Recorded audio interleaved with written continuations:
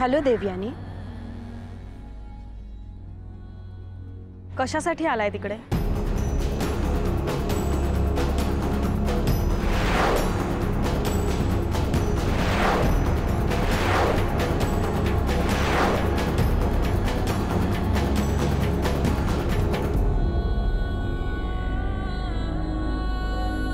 नमस्कार प्रियदर्शनी मॅडम, तुम्ही रणवीर राजे शिर्के ना? बरोबर ओळखलं की नाही? तुम्ही बाहेर का उभे? या ना. थांब काकू, त्यांनी अजून सांगितलं नाहीयेत ते कशासाठी आलेत. टीव्ही सरांना भेटायला आलोय. दादू घरात नाहीयेत.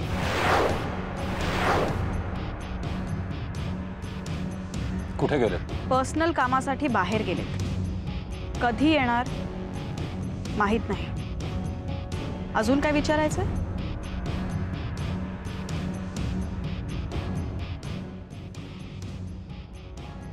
देवयानी, आम्हाला आत नाही का बोलवणार तू?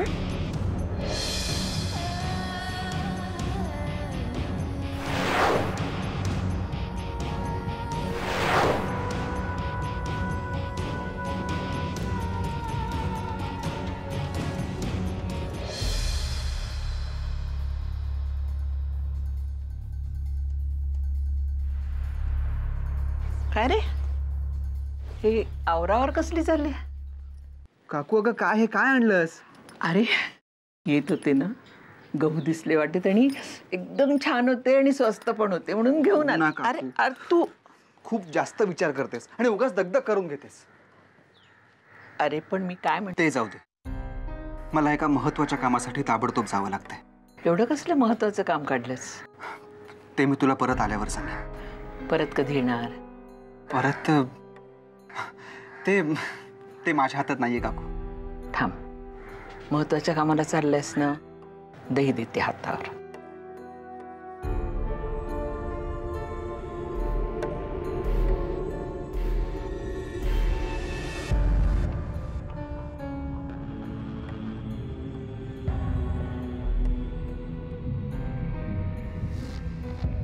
वाह, टीव्हींचं घर सुद्धा अगदी त्यांच्यासारखंच आहे. ज्या घराचं नाव शारदा सदन आहे त्या घराची श्रीमंती भिंतींच्या रंगांपेक्षा माणसांच्या विचारांमधून जास्त दिसून येते असं दादू म्हणतात. अशाच उदात्त विचारांमुळे आम्हाला टीव्हींबद्दल खूप आदर वाटतो.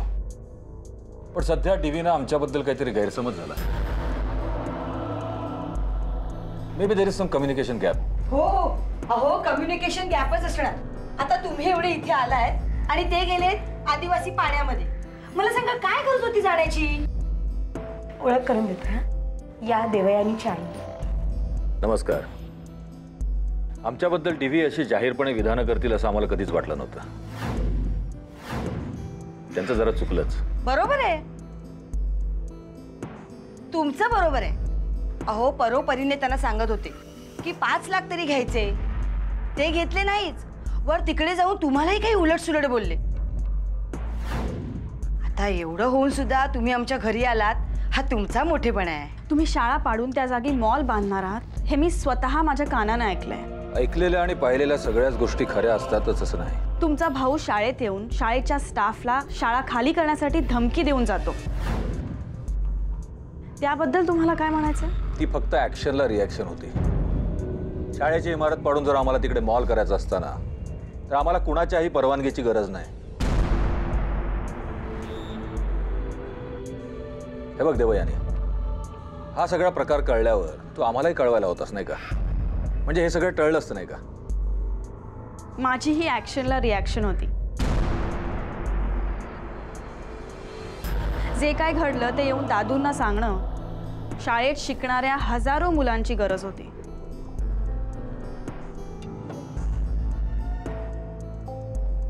देवयानी, कळत नकळत घडलेल्या प्रकाराबद्दल आम्हालाही पश्चात्ताप होतोय, म्हणून तर आम्ही इथे आलो आहोत.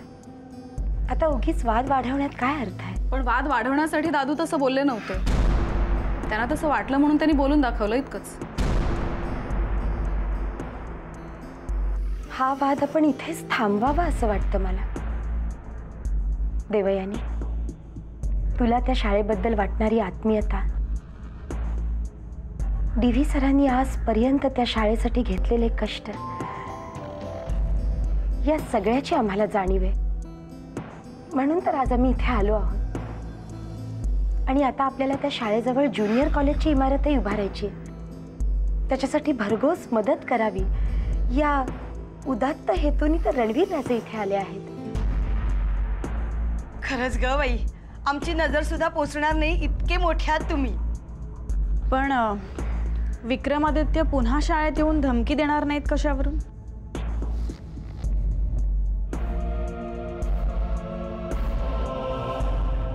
त्याची गॅरंटी आम्ही घेतो.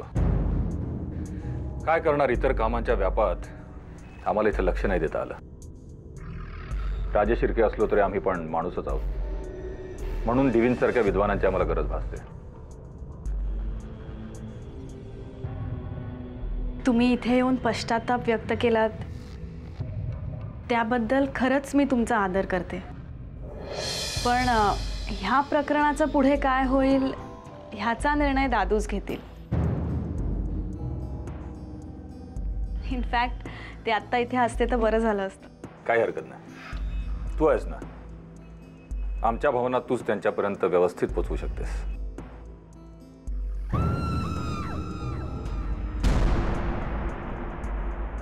आणि हो, दिवीना सांग की कळत नकळत झालेल्या प्रकाराबद्दल आम्ही अगदी मनापासून दिलगीर आहोत.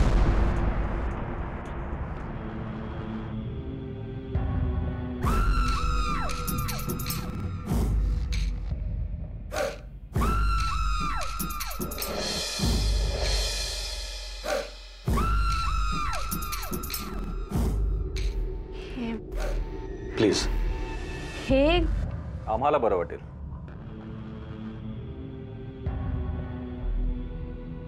थँक्यू.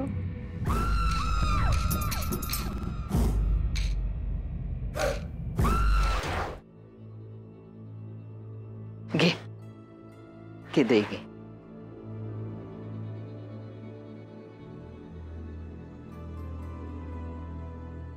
कामात यशस्वी हो आणि सुखरूप परत ये. तुझ्या आशीर्वादाची आज खूप गरज होती. एक मिनिट, हा एन्व्हलप तेवढा साक्षीच्या हातात दे. यात काही महत्वाचे कागदपत्र आहेत. ह्याचं काय करायचं ते साक्षीला चांगलं माहिती आहे. काय काळजी करू नकोस. पण काकू आठवणीनं साक्षीलाच दे. ह्याची अजिबात काळजी करू नकोस. स्वतःची काळजी घे. हो.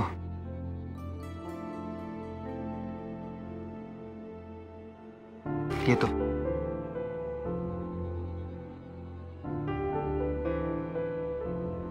त्या बिचाऱ्याच्या धडपडीला यश येऊ.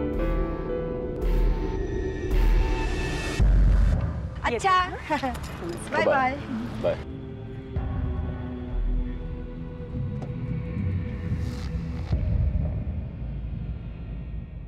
तुम्ही राजकारणी माणसाच्या धर्मपत्नी आहात. सराईतपणे खोटं बोलायला शिका.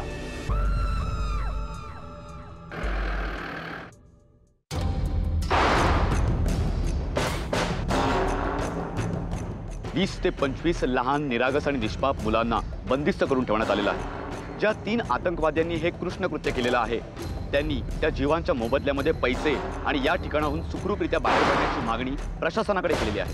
अर्थात प्रशासनाने त्या मागण्यांचा विचार करतोय असं आत्ताच सांगितलं, परंतु त्याबद्दल समाधानकारक उत्तर अजूनही न्यूजला दिलेलं नाही.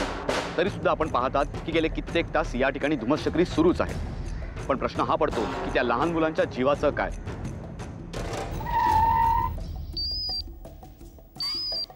हा, बोला मंगलाताई.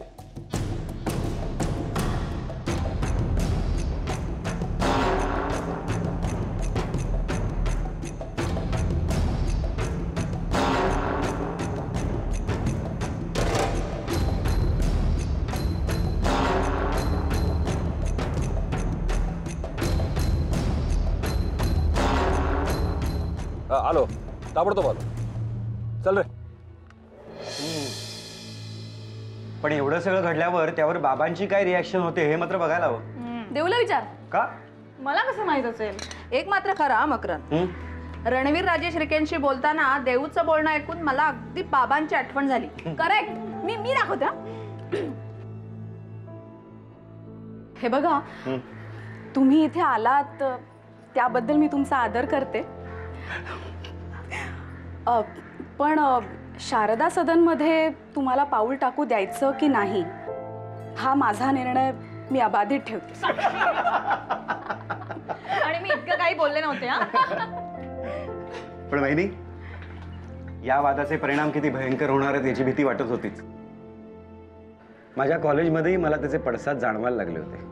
पण माझं तेच खरं असं म्हणणाऱ्या या जगात खरं तेच माझं असा मोठेपणा दाखवणारी राजेश शिर्क्यांसारखी सुद्धा माणसं आहेत नाही. वाह मासाहेब, आज आपल्या मुखातूनही आम्ही दादूंची वाणी ऐकतो. पण शेवटी या लढाईत दादू जिंकलेच. जिंकले म्हणजे जिंकणारच होते ते. काका, पण ना ऍक्च्युली त्या राजेश शिर्केंना ना खूप उशिरा समजलं की ते एका भावी IPS ऑफिसरच्या आजोबांना ठसन देत आहेत. हो का? जाऊ दे, पण मी फारसा मनाला लावून घेत नाही अशा गोष्टी. पण काका, दादूंना जेव्हा आता कळेल ना की आपली शाळा पाडणार नाहीयेत, तेव्हा त्यांना किती आनंद होईल ना. देऊ, त्यांना होणारा आनंद आत्ता मला तुझ्या चेहऱ्यावर दिसतोय.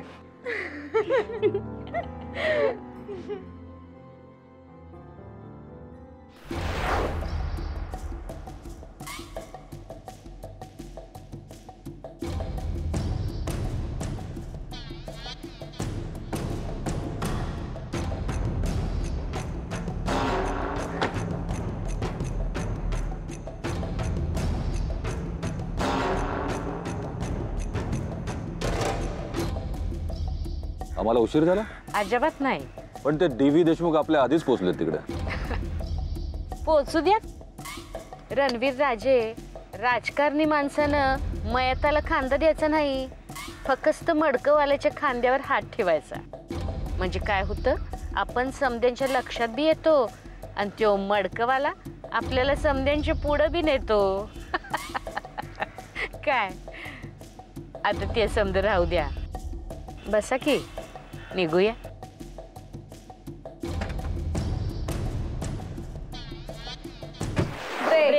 झाला, मी बातम्या लावतो.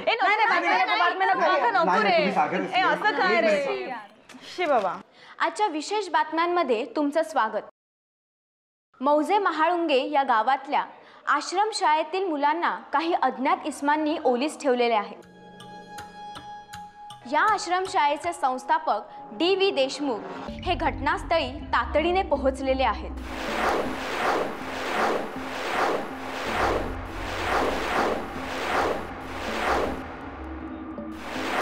पोलिसांनी चारही बाजूंनी या आश्रमशाळेला घेरलं असून मुलांची सुटका करण्याचं काम युद्धपातळीवर सुरू आहे.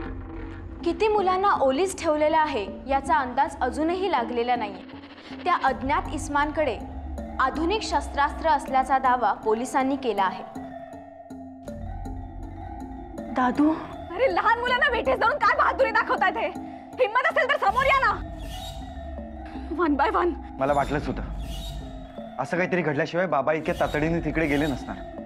आताच ते राजेश शिर्क्यांचं भांडण मिटत होतं आणि आता हे. पण दादू तिकडे कशाला गेलेत? अगं, त्या अनाथ मुलांसाठी रडायला कोणी नको. काकू, रडायला नाही, ते तिथे लढायला गेलेत. साक्षी प्लीज, वाद नको आहेत आता. ह्या परिस्थितीत आपल्याला दादूंच्या पाठीशी उभं राहायला हवं. मला काळजी वाटते ना म्हणून बोलतेय. आपल्याला मास्तर कितलं कळतं ना, मग तेच करायचं. यापूर्वी लढाईला गेलेल्यांचं काय झालंय ते माहित आहे ना.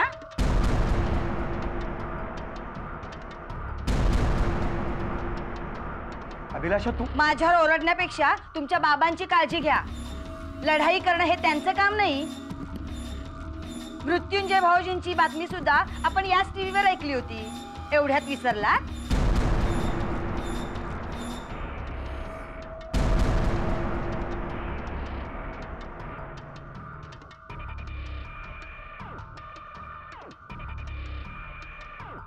आयुष्यभर दुसऱ्यांना शहाणपणा शिकवा, स्वतः मात्र काही शिकू नका. चल ग श्राऊ.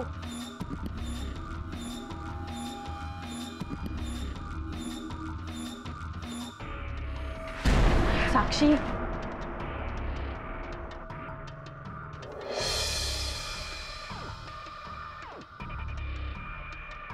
देऊ.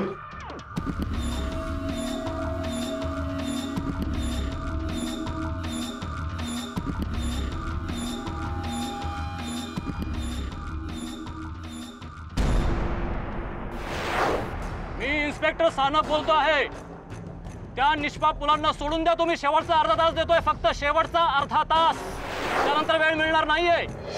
त्या निष्पाप मुलांना सोडून द्या आणि तुम्ही सरेंडर व्हा. हे बघा, सरकार तुमचा सहानुभूतीने विचार करणार आहे. मी हमी देतोय तुम्हाला, हमी देतोय मी तुम्हाला. मुलांना ओलीस ठेवून 22 तास झालेले आहेत. तुम्ही पाहतात की दोन्ही बाजूने गोळीबार चाललेला आहे. त्यांनी अनेक मागण्या केलेल्या आहेत, परंतु हे सरकार निरुत्साही आहे. या सरकारचं काय करायचं हे आता जनतेच्या हाती आहे. N4U साठी कॅमेरामॅन सचिन सोबत अमरदीप सावंत. न्यूज तर्फे मी मनीष या संपूर्ण प्रकाराचं लाईव्ह प्रक्षेपण आपल्यासमोर घेऊन आलो आहे.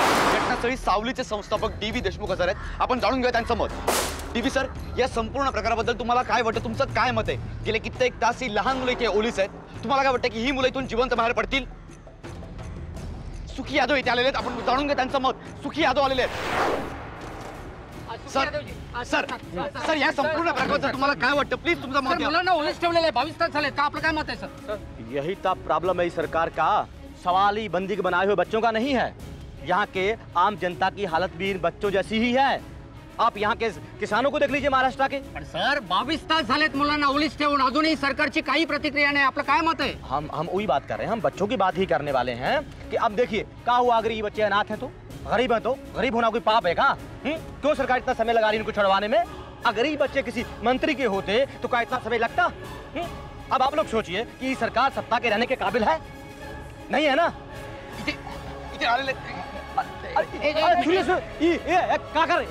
तो गलती कर रहे हैं आप लोग. मंगलाताई, मंगलाताई, मुलांच्या सुटकेसाठी सरकारने कोणता निर्णय घेतलेला आहे?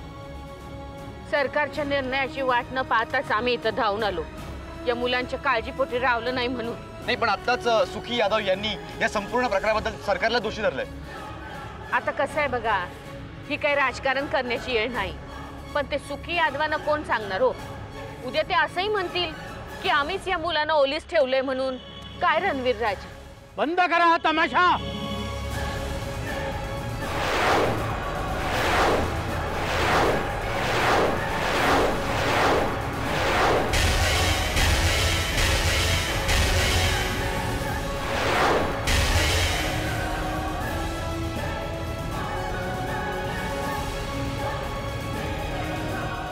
माझी मुलं तिथं बंदुकीच्या निशाण्यावर उभी असताना तुम्ही इथं त्यांच्या जीवावर राजकारण करताय. त्यांना अनाथ म्हणायची तुमची हिंमत तरी कशी झाली? चॅनल समोर थापा टोकून झाले असतील तर तुम्ही जाऊ शकता.